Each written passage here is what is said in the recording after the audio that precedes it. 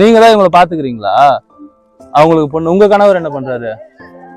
அவரும் இறந்துட்டாரா? இப்ப நீங்க இவங்க 2 பேர் தான் இருக்கீங்களா?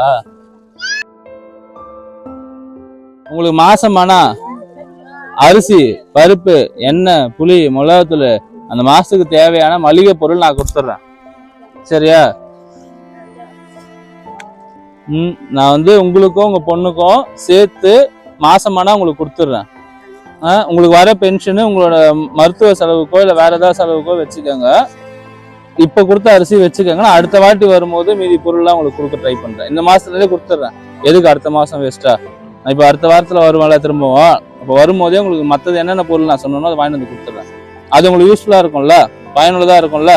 சரி, நல்லா உடம்பு பார்த்துக்கோங்க. அம்மா உடம்பு பார்த்துக்க சொல்லுங்க. என்ன எப்போ வேணாலும் அக்கா கிட்ட நம்பர் இருக்கு, வாங்கி எனக்கு கால் பண்ணுங்க. நான் அடுத்த வாட்டி வரும்போது உங்களுக்கு மீதி எடுத்துன்னு வந்துடுறேன். நான் உனக்கு செய்யறேம்மா. சரியா? நான் உன் பையன் மாதிரி. நான் இப்ப சொன்னல பையனை திட்டியானே, இனிமேல் நான் உனக்கு இருக்கிறேன்.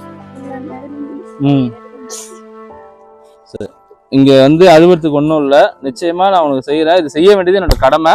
நான் அதை உங்களுக்கு செஞ்சு கொடுக்குறேன். வரட்டுமா?